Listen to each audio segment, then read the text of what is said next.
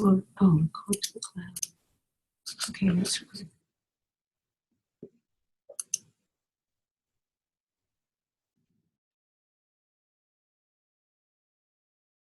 Hello, anyone out there? Oh, we have 8 people according to the participants.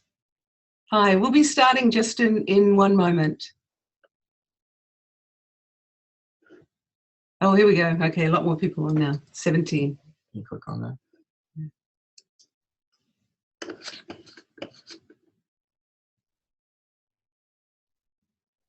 I think we have everyone on mute at the moment, so if we're going to get set up in just a moment here as we await more folks. It looks like there's 27 folks chiming in. Yeah. So most people seem to be online now.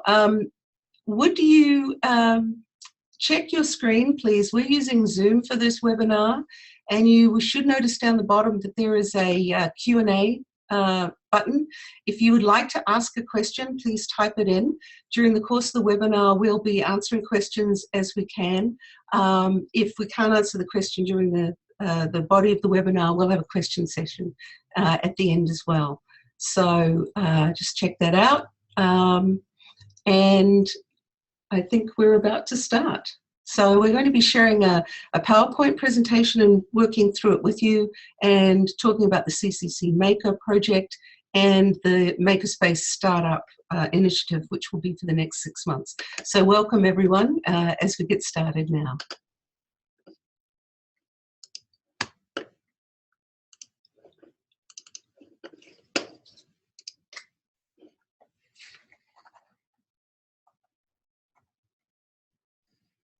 Okay, well, welcome. This is the introduction to the Ccc Maker Project, which is the latest edition of the Innovation Maker 3 series. And we'll be talking today about the Ccc Maker Project in general, and also about the Startup Project for the next 6 months. I'm Debra Bird from Pasadena City College, and I'm also joined by... Hello everyone, my name is Salomon Davila. I'm the Dean of Engineering and Technology, Economic Workforce Development here in Pasadena City College. And we are also joined by Carol Pepper-Kittredge from Sierra College. And we are currently, she's currently a participant, and we are trying to upgrade her to a panelist so that she can also join the conversation. So we'll be working on that. Here we go. Okay. Moving on. Would you like to? Sure. So today's agenda, we're trying to introduce everyone to the process that we'll be undertaking soon enough. And it's a process that will be in different segments. So we're going to introduce you to what's called the Ccc Maker Project, which is, as mentioned, the new initiative of Innovation Maker, and that's the brand name that we're promoting. The Makerspace Startup, which is what everyone here will be invited to if you're part of the eligible colleges, and we'll talk a little bit about what makes you eligible in just a moment, and what the year 1 funding process will be for that particular process that we're undertaking here. And that year 1 funding is essentially going to establish a community of practice across the state, connecting more than 37 community colleges across our state here, and how the Maker movement will be integrated into your curriculum, into your programs, and of course your colleges. The activities that we'll be undertaking, that myself and Debra Bird will be helping everyone here to help coordinate and align one another with common practices, connecting them to resources, have all the context identified for the different processes, and of course the next steps after this Makerspace Startup. So one of the first things that many folks ask is what's the Maker movement? And so to begin the indoctrination into this particular culture, there's a lot of values that are indoctrinated in this particular philosophy, and that's based on empowerment versus like a deficiency model that in many cases our community college students come from their deemed basic skills as an example. But how do we empower our students so that we make certain they're prepared for the knowledge economy? how do we embrace authentic learning versus maybe content learning in these sort of open spaces that are based on competencies and are based on doing and showing their learning versus, and making their learning versus a written test, as an example. Much of this is based on ownership of what the students do and what the participants in a makerspace can show and share with one another. And it's about engagement and communication and sharing and failing and taking that risk to be able to envision something different within their process of learning a trade, a skill, a technology, or machinery.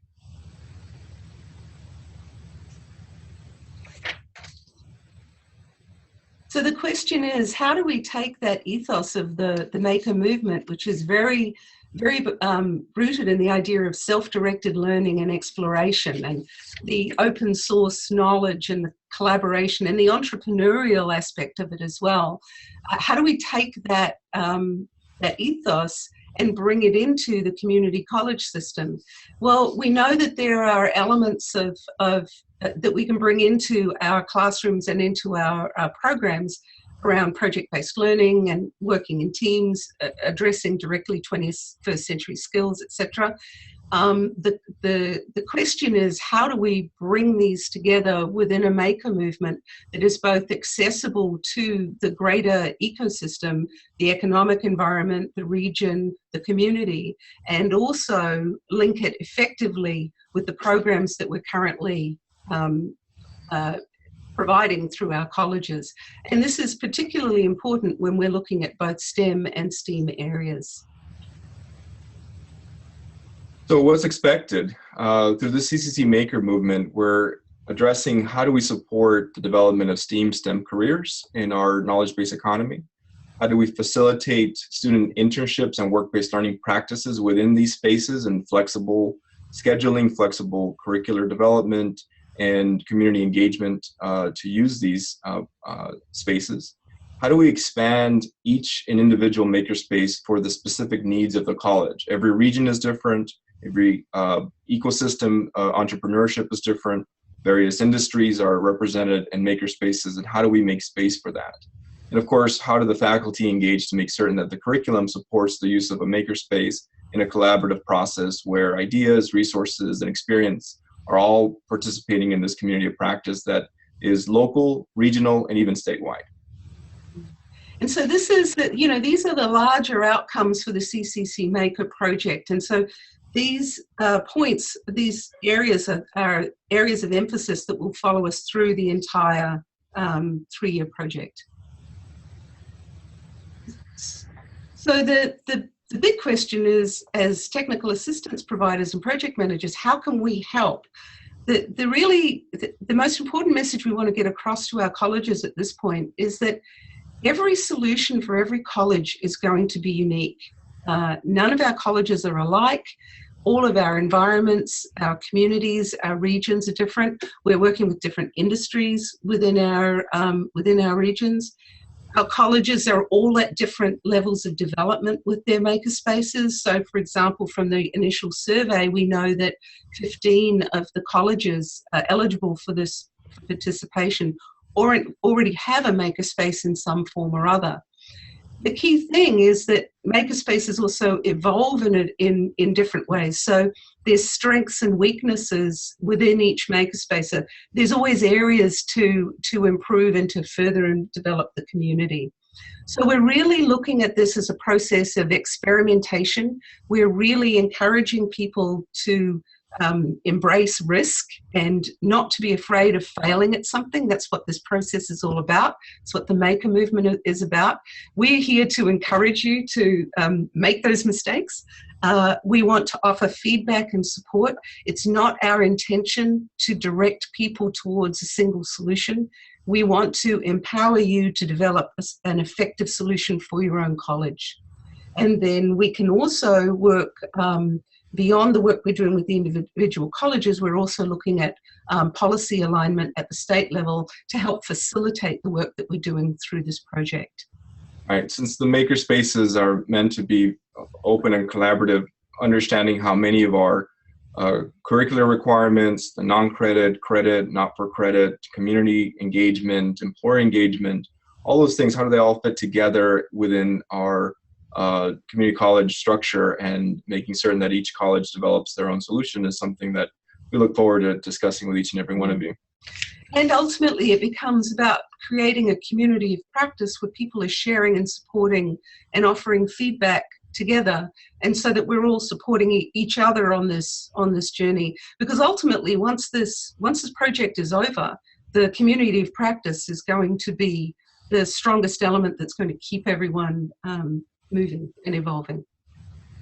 So to iterate what an eligible college deems is colleges were invited to an Innovation Maker 3 initiative, and over 60 colleges submitted a letter of intent in that regard, yet the letter of intent was just the first phase to make you eligible. The second phase was to attend one of 3 symposiums put forth by the Chancellor's Office, where much information was deliberated, questions were answered, what this was about, making certain that colleges understood what they were sort of getting themselves into.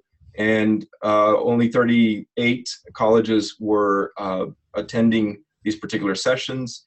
If your name should be in here, if you attended those sessions. So please, and this is the list that we got from our Chancellor's Office, and therefore that's what made you eligible per their designation of this particular award. We have the eligible colleges are marked in this map in red, and you can see that they fall within several distinct regions. So we have 6 regions. The Bay and the Far North are clustered up here. Down in Los Angeles is a fairly large concentration, as well as down in San Diego. And we even have a few outliers along the coast. During the course of the next 6 months, Salomon and I will be visiting each of the regions, if not each of the colleges. So there'll be a meeting within each region, and we will also be visiting colleges virtually. So there'll be a lot of communication through that. So even if we don't make it to your specific location, we'll be working with you in a virtual way. So these are also areas where we will start the community of practice. So you will be in a community of practice with the other colleges within your region, as well as in the larger community of practice throughout the state. So we're going to briefly describe what's the structure of this Makerspace Startup, which is the first phase of the CCC Maker initiative. And the idea is that those that are eligible colleges, which you should have identified yourself in the previous list, will have a $20,000 seed funding to participate. And all you have to do is submit the letter, the intent to participate letter that was included in a packet that you should have received. That the link for this webinar is in there. So submit the letter to Sierra College by January 13th in your intent to participate, and that will provide you $20,000 to get started in this process. The process we'll describe a little bit further, but it's to develop an implementation plan, and will conclude May 17th. And upon submittal, you'll receive another $20,000 for that award. Now, the implementation plan will actually undertake much coordination, as Debra described, with ourselves, with other providers within this CCC Maker project, many advisors that you'll see pretty soon. But the plan will essentially project you to between $100,000 to $250,000 for year 2 and 3 ensuing years that will require 1 to 3 match. And we'll describe the match a little bit further on in other webinars as well. Right, and so the $40,000 seed funding is for this next 6 months of work. Once a grant proposal is submitted for the following 2 years of funding, that will become a competitive process. So the seed money is granted to all eligible colleges. The subsequent 2 years funding will be a competitive process. So there is a designation of non-eligible colleges, which may use a lot of the resources and the materials that would be promoted by this initiative. And you can leverage other funding as well. There's a lot of strong workforce program funding that can be leveraged, CTEA funding, maybe some other career pathways trust funding that could be used to participate and will be included in events on a space available basis. So, Carol. So this is the structure of the project, and I know you've heard the term ecosystem a lot, and you're going to be living and developing your own ecosystem map. And this is kind of the structural map of how this project was put together and thought out. And generally, I talk about the just the top 3 levels. So there's a project manager, which is my role right now, and I'm kind of behind the curtain, helping with contracting and other kind of systematic processes of the project. There's the technical assistance provider, which is Pasadena City College. So they're going to have the close relationship with you out in the field. And they're really the experts on helping guide you and through the process that you're going through. And then in the middle is really an important group. It's our statewide advisory committee. They're folks that come from business and industry. We do have some community college representatives on that group as well, but they're really kind of the voice of this project. They look and see what we're doing and then advise us. And believe me, not only from the advisory committee, but from the application that you just received, had a lot of input from advisory committee members. They are our advocates, and they will be our voice to the world. So we're really, really lucky to have a very distinguished group. You can see under the project manager position that there are a bubble called a statewide resource providers. And so we really wanted to have some opportunities for you to learn and grow, not just from the Pasadena City College and the technical assistance provider, but we really wanted to bring in other folks for you to take advantage of as well. So Keeper microfunds, we really want to encourage colleges to think about social entrepreneurship and social benefit. The National Association for Community College Entrepreneurship is going to be working with you on developing your ecosystem mapping. So there's many, many service providers that we hope that you'll take advantage of, and we'll be sure and share all those opportunities with you in the near future. So this is who sits on the advisory committee, and most importantly of all is that Dale Doherty, who's the CEO of Maker Media, which is Make Magazine, Maker Fair, really the branding of the Maker movement and the California brand, most certainly, is the chair of our committee. And it's not that Dale isn't not busy enough in doing what he's doing, but Dale has really expressed a very keen interest in working with the community colleges. He feels that we are the right venue for the democratization of making, because we serve so many students and we have such a diverse population and also connections out to our local communities. And he's really committed to our effort. But you can also see the pretty substantial list of folks that are on here. Maker Ed is the nonprofit arm of Maker Media. So they're out there doing a lot with K-12. They want to also invite you to be part of their group and the work that they're doing. Mark Randall is the chief strategist of Adobe, a worldwide project that he's started called Kickbox. Really, really significant stuff. BSP Global has developed a corporate culture of using design thinking in their next level of innovation. So some really, really great people that are advising us. So we had our first advisory committee meeting at Dale's shop in San Francisco on October 27th. And for our first meeting, there was just a lot of energy and a lot of enthusiasm. And these were kind of the questions that we talked about at that meeting. And their advice has kind of guided us as we've moved forward.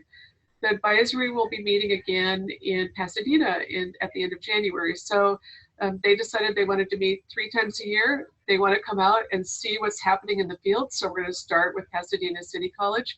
And we hope that we'll rotate meetings around to the various participating colleges because they want to meet you and they want to see what you're doing. Thank you, Carol. I wanted to mention that there was a white paper developed by the California Council of Science and Technology, which was commissioned by our California State Assembly, in the feasibility of makerspaces within the educational space.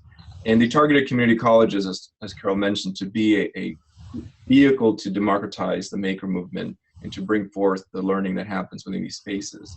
So we'll be using a lot of this information to share with all of you to inform the development of your particular makerspace. And they're a member of our advisory as well. And this document is available on the Ccc Maker website, and I would recommend everyone download it and give it a good look. It offers a description of the range of opportunities for different types of makerspaces, as well as a lot of the challenges, and especially the challenges of bringing makerspaces into the community college environment. One of the things that was very specific that we took away from this document was an understanding that it's about developing an entire system simultaneously. And one of the things we're specifically trying to avoid is the idea that simply creating a space with equipment in it will create a makerspace culture. Because we know that that's actually not an effective way to start. We need to think about these ecosystems holistically, which is one of the reasons it was under this guidance and conversation with the advisory that we moved towards this more open planning-based kind of phase in our funding system. So a little bit about the design thinking process, and this will probably be familiar to people coming out of design and also people coming out of who use the scientific method. It's a, and it's a critical approach that's used in many ways across a lot of different disciplines. But essentially the idea is that, and it's no coincidence, by the way, that the key words for the Ccc Maker Project are explore, create, and connect, because these actually follow the process of the design thinking methodology. So the idea is that within design thinking, the first phase is extremely important. It's where you research and gather information, you develop inspiration and ideas about the direction of your project. It's also a crucial point because it's the part where you discount assumptions and where you also consciously recognize what can often become a predetermined outcome to a problem, and to actually look beyond the obvious or conventional or assumed solutions to the project or to the problem, and really explore beyond that. And as I said before, this involves risk and the potential for failure, which is why we're doing it in a supportive environment. This phase, once a clear problem statement or challenge has been defined, we can then move into the create or the ideation phase, where we test different possible solutions. So during the course of the Makerspace Startup, we'll be playing with a lot of different tests and experiments to see how things might work within your environment. And if you already have a makerspace, this is the chance to start looking at how you can expand it, develop, integrate other systems within your college or your community into your existing makerspace.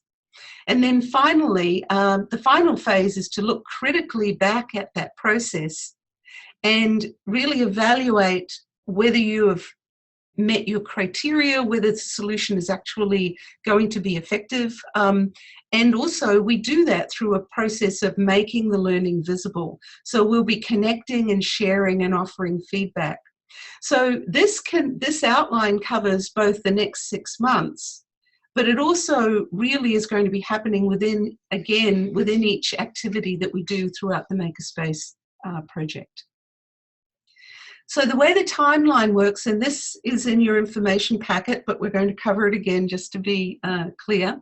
So we are currently in the first phase, the Makerspace Startup, which runs from December through June. And the purpose of this phase, which is funded with the seed grant, is to plan and experiment and create an implementation plan for how you would develop or expand your makerspace. It will culminate in a proposal for competitive grant funding. The subsequent 2 years are covered by the implementation of the competitive funding to establish or expand your makerspace, to build in your internship plan, to develop your community of practice, etc. We would anticipate that the second year under implementation, you would start with adaptation and building capacity. The final year would allow makerspaces and the community to the work to go to scale, to integrate it further into the community college and into the region and industry, etc., etc. And then also look at mechanisms to make this process and these resources sustainable. So on to just this next 6 months, the Makerspace Startup, we have the 3 phases as defined through the design thinking process. So explore, create, and connect. And quite simply, the first phase, get the intent to participate letter into Sierra College as soon as possible. We'll be starting a self-study, so we will be sending out in early January a data guide for information that you want to find out about your own institution. Part of that is going to be conventional data that is collected through your research office. A lot of it is going to be based on relationships within your community college, resources, programs, individuals, people that you can access to bring into this process. And then the key part of this first phase will be taking all of that information from the self-study and building it into your ecosystem map. The ecosystem mapping webinar is actually on tomorrow, so I would strongly advise everyone to tune in for that one. That's going to be done through an online system, Kumu, which is going to be great fun to play with, and is going to develop some really interesting results. The second phase of the Makerspace Startup will start in February and will run through till April, and that's where we're going to be looking at the 4 main areas that will comprise your implementation plan. So starting with a logic model, which will bring all the components together and how you're going to build out your makerspace and its community, the sequencing, the relationships, the needs, etc. We're going to design your makerspace, so space planning, equipment, etc. And that will be done through a design charrette, a design thinking charrette. We'll be working on developing, along with you, an internship plan, and we have assistance in that matter, in that area as well. And then we'll also be asking you to develop a student activity, which may be an adaptation of something that you already do that's maker related, or something that could lend itself to a maker type exercise. And we'll talk more about that as it goes along. It will culminate in a symposium at the Maker Fair in San Mateo. Final reporting will come in, and then the implementation grant and the grant proposal. So that's it in a nutshell. When we, in your startup packet, you would see a table that shows more detail in these different areas of the project. So I've already looked at these in a little in brief, but I just also want to comment on the milestone dates for these. So the way we've got it happening is that there's something that you would be uploading to our project management system usually every couple of weeks. It's important to remember that everything you do is an ongoing process. So even though you may do your self-study or your ecosystem starting in January and February, it will continue to evolve during the course of the makerspace. So the ecosystem you have at the end of this 6 months will probably be a lot more expansive and detailed than the ecosystem that you start with. And the same with the information that you have from your self-study.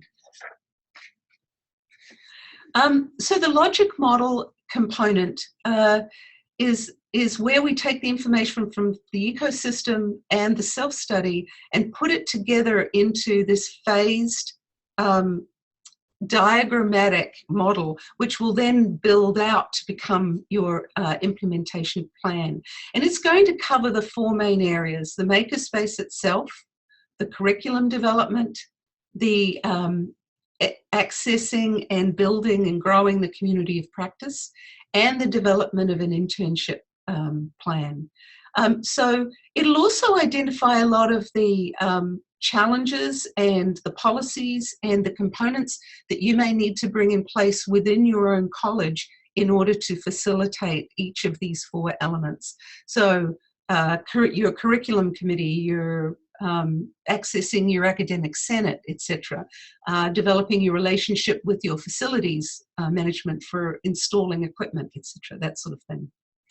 The Makerspace design we already talked about, and we're going to be looking at that. That's going to take a little bit longer. That'll be at the end of March, and that will enable us to come out and visit your regional community of practice and also visit as many colleges as we can to see where your makerspace is at and to offer advice on that process. The internship plan will be developed in conjunction with some support through the New World of Work. So we'll be looking at soft skills training. We'll be doing workshops where faculty can come and receive training so that you can offer the New World of Work soft skills training on your campus. And we'll also be working with the TAP and in developing an internship plan that's based on a scaffolding model. So how do you get your students from the point when they're just entry-level students, and then how do you get them to the point where they can be successful at an internship with a local employer? So we can't take our students and just literally put them into internships right from the beginning. This process needs to be structured for several reasons. It's not just so that the student can get the most out of the experience, but also so that we're strengthening our relationship with our local employers so that we can continue to grow and build those plans. And I wanted to also mention, we'll be working with our Foundation for Community College with a lot of their existing platforms like Launchpad, for example, that will allow us to upload our students and connect them with our employers once we get up and going. And even previously before that, they have the methodology to be able to pay the students that are part of this internship proposal. So your students that are embedded within your the CCC Maker initiative will be getting paid through this process, through this foundation process that are the employers would be able to get students and have them for a certain amount of hours, for which they'll be encouraged to support and also do a bit of a matching if they choose to. But at the minimum, students will be able to garner some wages from this process directly from our Foundation of Community College Systems and get paid for participating in this process. So this is a unique and really valuable component of the CCC Maker project, that funds are available for internships. And yes, well, more about that later. Okay, on to the student maker activity. I mentioned this in terms of either taking a project that you already do that is a maker type project. It could be a project-based learning assignment, and taking that one step further and embracing the maker principles. So perhaps you may take a student project and give it a live audience presentation with feedback from the public. You may invite community in to participate in a particular project within one of your labs, or you may host a hackathon or a mini maker fair. There are no, we don't have a set requirement for this because we understand that all the colleges are at different phases. But what is really important by tackling a project like this and putting on an event or changing the way you conduct a particular project in a class will help to raise some of the issues that you'll be confronted with when developing curriculum specifically for a makerspace. And certain things will come up. For example, familiarity with technology. How do you deal with organizing groups of community members in conjunction with students? How do you find community members or industry representatives to come and join your presentations, etc. So this is part of that process, is to really see what the potential is and what the challenges will be for your institution. So we've had, as we know, Doherty is a great supporter of the work that we're doing here. So we've been talking with him about how to use the culmination of this 6-month process as part of the Maker Faire event. So we are talking about having a pre-Maker Faire symposium, which will be on May 19th, which is immediately prior to the Maker Faire weekend. And we will be asking our eligible colleges to share their implementation plan that they've been developing throughout the 6-month process. We'll be comparing and contrasting. There'll be a lot of discussion. We'll be also looking at the whole startup process itself critically and figuring out how we can improve that, because one of our charges as the technical assistance provider is to take this process and make it available to all the colleges in California so that they can develop their own makerspaces. So you are also, in addition to creating your own makerspace, you're also helping us develop a playbook that will assist other colleges to follow along in this journey. So we're also looking at a poster session where your implementation plan will be displayed in a poster to the public attending the Maker Faire over the weekend. So we're really excited about that. So we're going to have a lot of feedback from the public as well. Throughout this entire process, you will be documenting and sharing your work. And it will be something as traditional as a simple monthly progress report, but it will also extend beyond that. We're looking at gathering data through as many channels and means as possible. So there'll be a lot of ways of looking at how do we build data gathering into these activities so that it's actually an integrated component, so that we're not having to do it separately.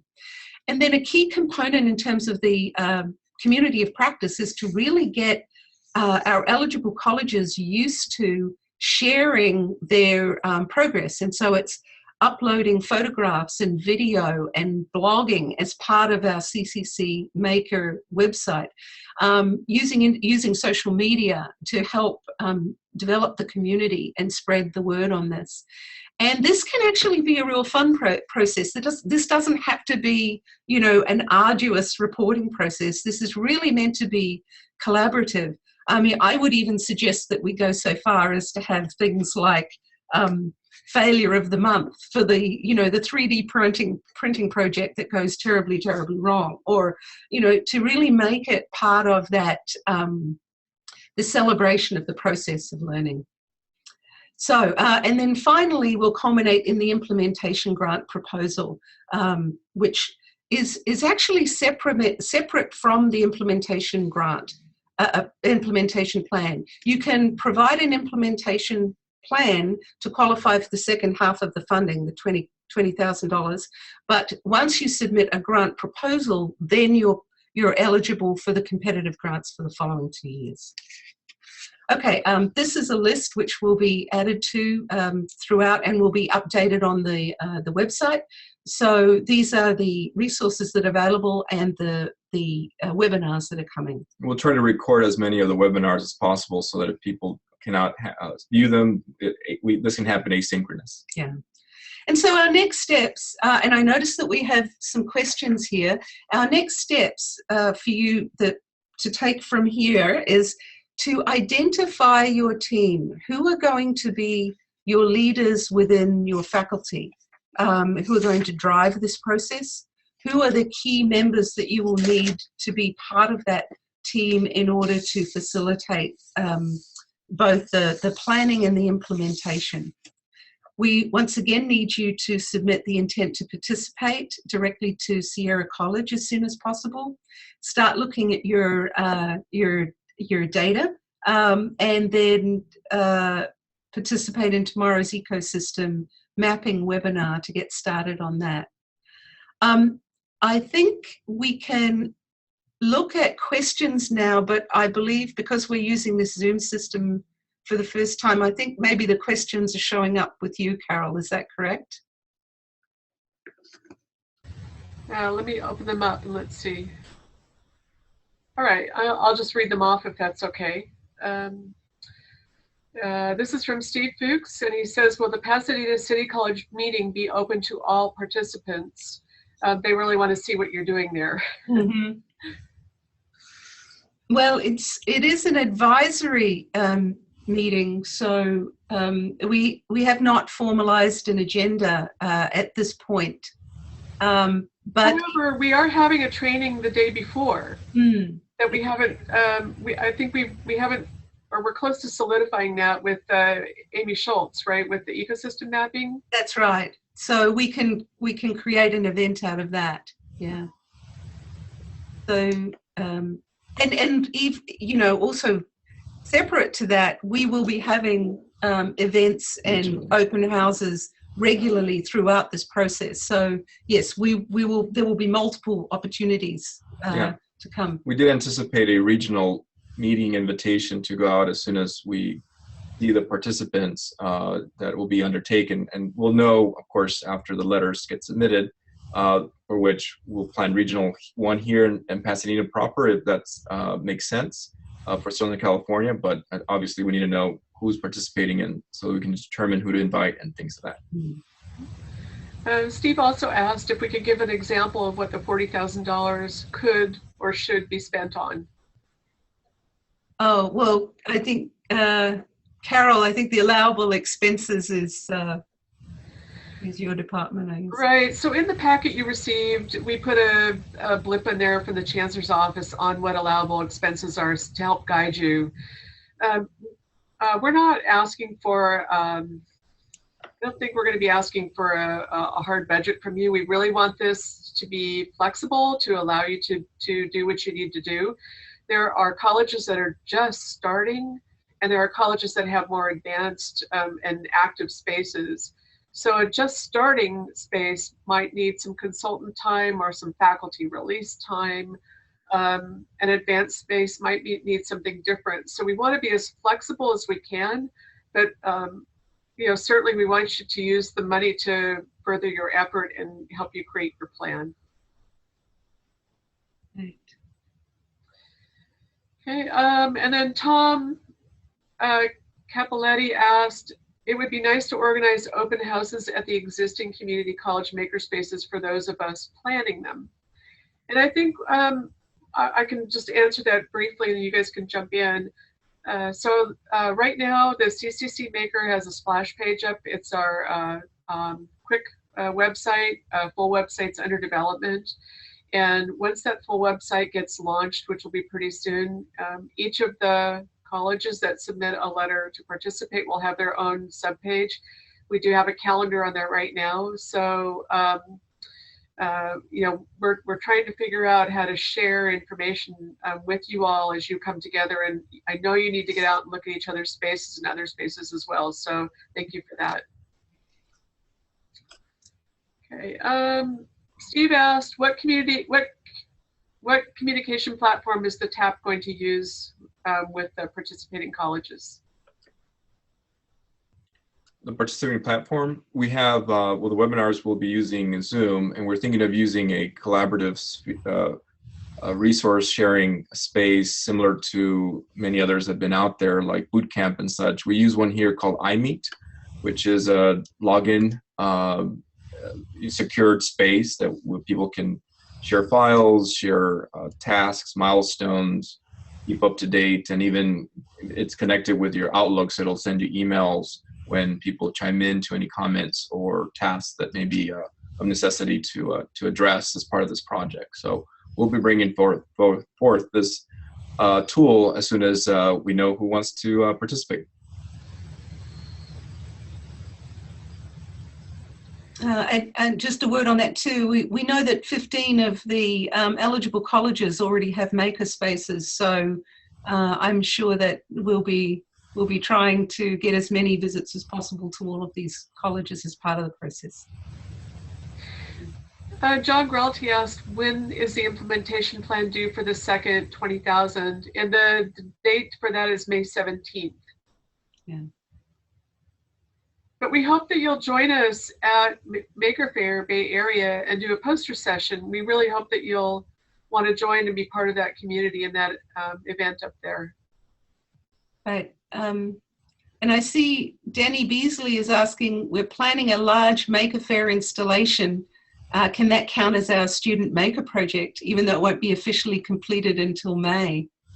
I'm really pleased to hear that you're doing that. That's great. We should talk more about that. I'm looking at some of this stuff. And Carol, do you have other questions separate from the chat question? No, okay, good. And you know, the other thing is these Zoom webinars, and it's also conference calling, will be a key way that we'll stay in touch. Already in our work with Sierra College, I think we're all already spending many hours in Zoom video conferences, and it's a great way to work. So we're going to encourage that that collaboration. And once again, I'll say it's not that everything has to go through us either. It's really about creating a community where everyone is communicating with everyone else in the community as much as possible. You know, and one thing, and I know we're nearly out of time, but one thing I just want to say is that Salomon and I have been through the experience of setting up a makerspace over the last 5 years. And we know that a lot of what we do works. Probably most of what we do is flawed. And then we've also had things that have really not worked well at all, total failures. So it's always about learning from each other. And we won't necessarily be able to tell you how to solve a problem. We can offer advice, but ultimately the goal is to empower you through community, through all of us working together to create successful makerspaces at all of the colleges. Absolutely. There was another question I think we might have missed about how many internships are expected, anticipated per year. Carol, correct me if I'm wrong, but the total internships that we have to account for within this initiative is 1,000. Yes. And so depending on you know, the growth of each individual makerspace and the capacity and the bandwidth, we definitely want to make certain that you're set up to actually address and culminate to this particular number that we're trying to accomplish during this initiative of 1,000 internships for this initiative. Darren Ogden also asked a question, can you expand what would qualify as match? So match is, that's our world in the community college economic and workforce development grant system.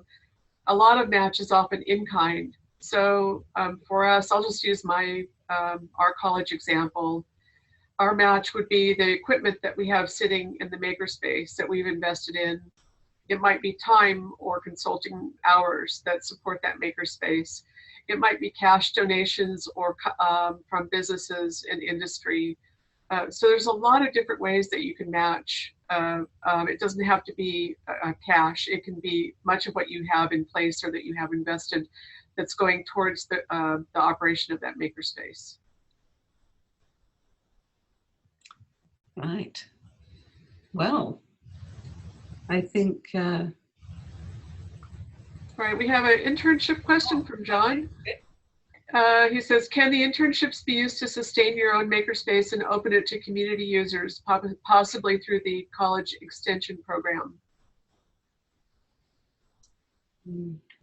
That's a good question. I think we were deliberating just yesterday about the idea of using not for credit, and as an example, that's the extension model. That I think we're open to any which way your college appears to have the most flexibility to undertake this task. And some of us have existing work experience plans already with our state chancellor's office that may want to leverage that particular aspect. So I think based on my understanding, it's very open and flexible, and it may have to be based on some of the aspects that the requirements of the internship and the payment and the hours may actually reside closer to extension or sort of this non-credit versus credit, although credit can be included, but definitely that has its own overhead, and not all of us have a cooperative education plan with the chancellor's office. And so there definitely will be individualized developments for the internship program that we need to consider. So I'll just mention thanks to Zach Dahl here at Folsom Lake College, who's on our advisory, statewide advisory committee, and is a great talent and friend. He's already broken out and organized a Slack group, I see, so everybody's joining the Slack group. I'm seeing that on the chat. This is great. Yeah. Hey, by the end of the day, they won't need us at all, right? Okay. Well, I think in order to respect everyone's time, we just have a couple of minutes left. So please, if you need to contact us, you can do it through the CCC Maker website, CCC Maker. Oh, whoops! I need to choose. So you can meet us there. Please just we each have individual email there, so you can email me. I can forward emails to the relevant person.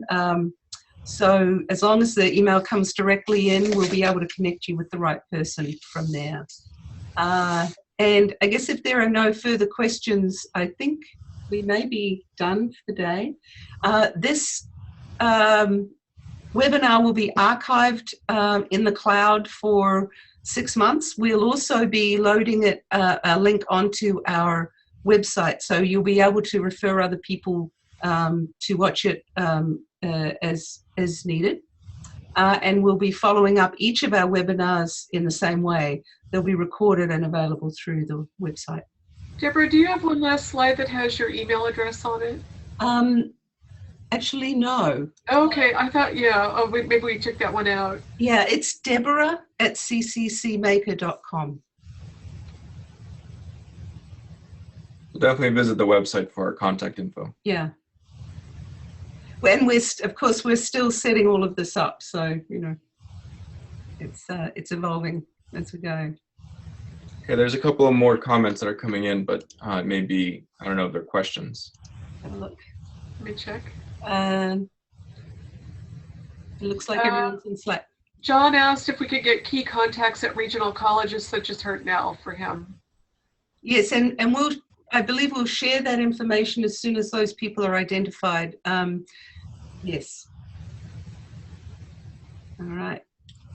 Okay, everyone. Well, thank you very much for joining in, and we'll have more of these, and definitely want to connect each other through other aspects and help you through this process. Well, thank you very much, everyone, and we look forward to seeing you on the next webinar.